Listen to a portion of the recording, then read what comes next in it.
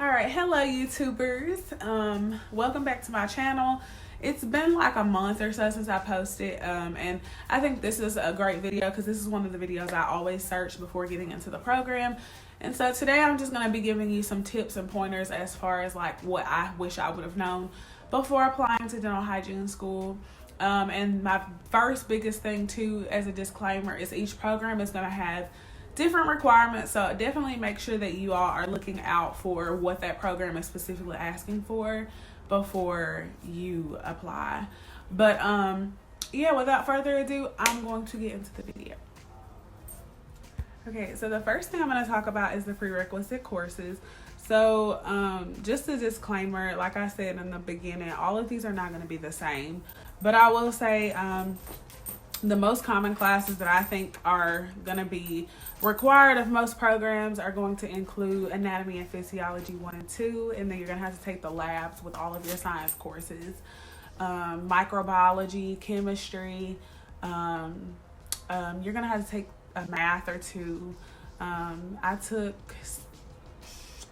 college algebra and trigonometry, but I think statistics is one of the big required courses for some programs.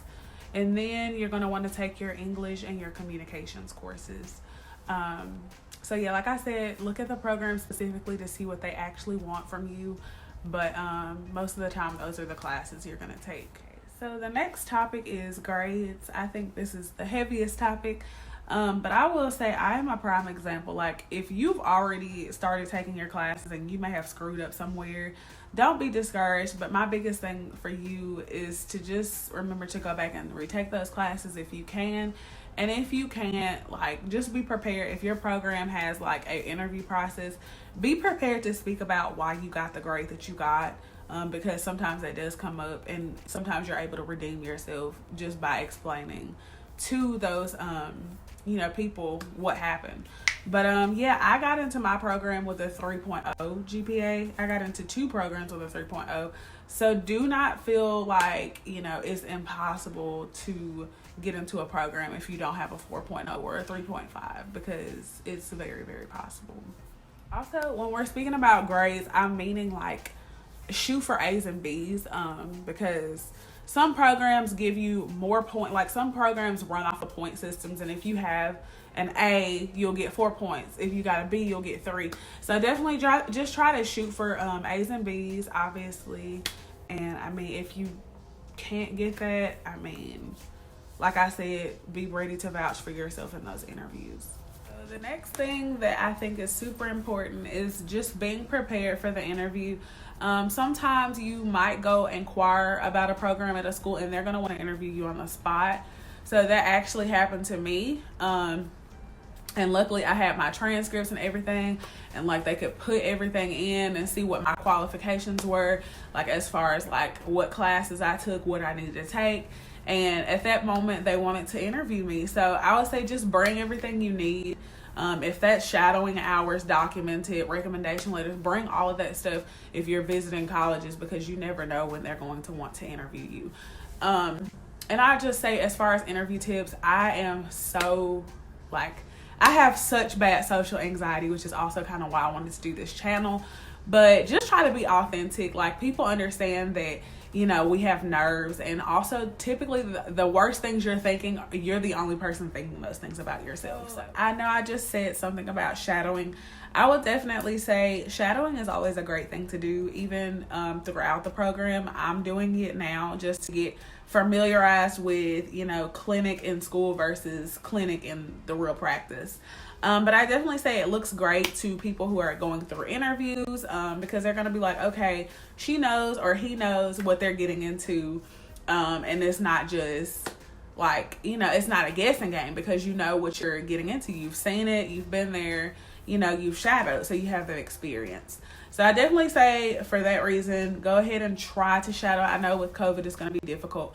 And I would also say, definitely, it always looks good to do community service if at all possible, because dental hygiene is such a community-based profession. Like, you're working around people and you're working for people. So I definitely think that would stand you out on the application. So the last thing, I think this is the last thing I'm gonna say as far as tips. But when you're shadowing or when you're going through your prerequisites, recommendation letters are something that some schools are going to require, and some schools are going to be very picky about where you get those recommendation letters. So make sure when you're going through your prerequisite courses, you're showing up to class, you're doing your work, you're being the top of the line kiss butt student, because literally you're going to want to ask those professors. And then if you're shadowing, you're going to want to ask those doctors and those hygienists, can you get a recommendation letter? And that might help with the process of you getting into the program as well. So just be prepared and be, studious. But yeah. So yeah, that's really going to be all the tips I can give you. I will say this, I did not get into the program my very first time. It took me a couple tries, and I finally got in a couple years later. But yeah, like sometimes you're not going to always get in immediately, and I don't think you should allow that to discourage you, because if you really want this, you're going to get it. Nothing's going to stop you. The only person who can stop you is you. And I will say too, like if you're having doubts about yourself, if you're about to go through the interview process, you are the only person thinking those nasty things that you're thinking. Like typically nobody is thinking what you're thinking about yourself. Like as far as bad stuff, like we are our worst critics. So just remember that. Like nobody is thinking that you are not outspoken. Nobody's thinking that you're not good enough. That's all in your head, girl and boy. But yeah, I really hope you all enjoyed this video, because I love making these. I have so many like clips on my phone that I was like making videos and I never uploaded them. But anyways, if you guys are interested in like daily vlogs and stuff, or not necessarily daily, but like weekly vlogs, let me know, because honestly I would love to do that. Like I feel like those types of videos are fun, so hopefully I can start doing stuff like that too. But yeah, if you guys have questions, if you need encouragement, if you just need somebody to reach out to, like reach out to me. I would specifically say on Instagram. I will leave those at the end of this video and in the link in my bio, or not the link in my bio, but in my bio. But yeah, I hope you guys enjoyed this, and I will talk to you all in my next video. Bye.